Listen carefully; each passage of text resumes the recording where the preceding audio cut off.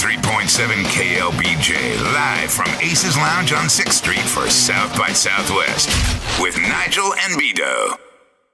93.7 KLBJ, the Rock of Austin. Nigel and B-Doe here live for South by Southwest at Aces Lounge. Sitting right next to me, our co-worker. It's so cool that we could call it's so cool we could call Matt Pinfield our co-worker. I know, I think that is pretty cool. I am. We're part of the same family, guys. You know, Matt Pinfield, ladies and gentlemen. Matt Pinfield. Matt Pinfield. Thank you. Thank you.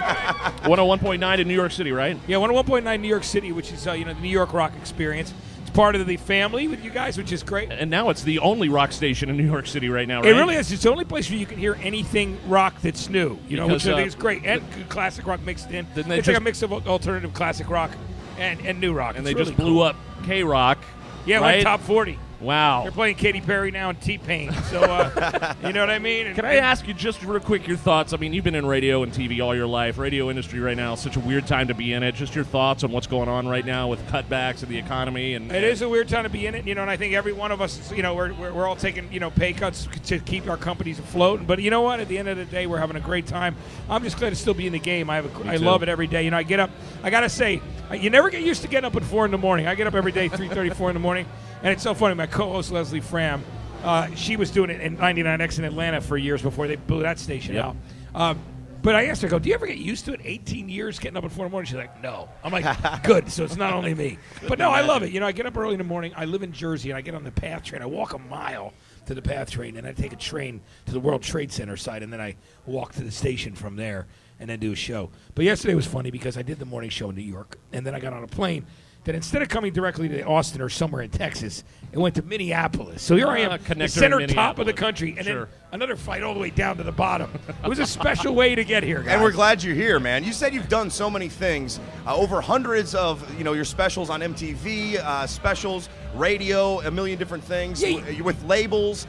I got to ask you, how does it feel? I don't even know if this would be an adjective or a verb, but when somebody says, you're the Matt Pinfield of this. Yeah. You know what I mean? Because you are like the encyclopedia and dictionary of music. It's a great feeling. I feel if somebody knows a lot flattered. about farming, you're the Matt Pinfield of farming. If somebody knows about computers, you're the Matt Pinfield of computers. No, thank you, guys. It means a lot to me. I get a lot of emails and letters from people and meet people that say that, and it's a great feeling. You feel blessed. I feel really lucky that I've been able to do what I do.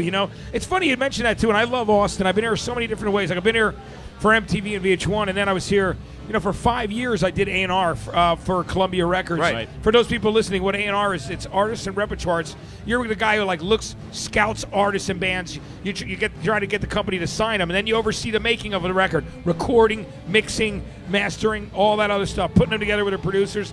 So I've had many years here. I love this town, guys. Isn't it a great place to work? Oh, this is I'm beautiful. blessed for living here for a few decades now. Nigel just got off the boat. He's here. I've been here for a year. I'm from Indianapolis, and it was the best decision I ever made to come down here. Yeah. Who do people need to see, Matt? Who are you big on? When you're not working, who are you going to try and see this week? Well, if you want to know the absolute truth, I am not going to be able to see anyone but the bands I'm working with because this happens to me every single year now.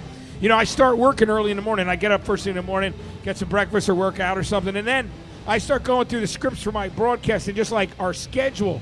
And then you got to go literally, we go through to get makeup because believe it or not, you got to get the shine off my bald head or it's going to blow out all the cameras. Sure. And then literally we're working there's certain stuff you tape to roll in, there's voiceovers.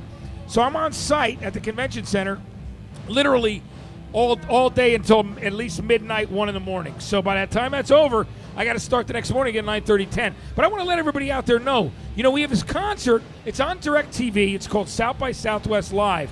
And you don't have to have a pass to the convention or to the conference to go. All you got to do is show up. They have a certain amount of tickets. It's unbelievable. You can go there. It's right in the convention center. We have some here. People can come pick those tickets up to the shows. And hey, do you have any stories about tinted windows, by the way? Well, tinted windows, the cool thing about this is you got, Bunny Carlos from Cheap Trick, the drummer. Yeah. You got, Adam Schlesinger, who's a guy from Fountains of Wayne who does a lot of songwriting. He writes Broadway plays, but he also works with Fountains of Wayne. You got the guy from Hanson. Yes. Which is a trip. And James Ehoff from Smashing Pumpkins, who who's great. So I can't wait to see them and hear those guys play. I think it'll be really cool. So that's where you're going to be hanging out. People can come get tickets to those shows just by stopping by Aces Lounge, $3 Miller Lights, Jameson drinks also.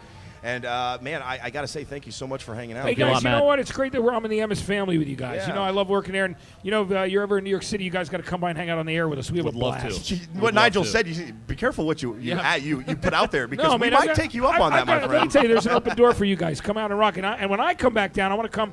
Maybe next year I'll come down and do my morning show from your studios and hang out. You know what beautiful. I mean? That'd And be then hang awesome. with you guys on your shows after, which would be cool. Will you leave us with a cool story from Soundgarden, from a part of your encyclopedia of history? Well, you know, one of the things that I love about Soundgarden, you know, I've worked with those guys over the years for a very long time, and back in the day. In fact, I used to run around.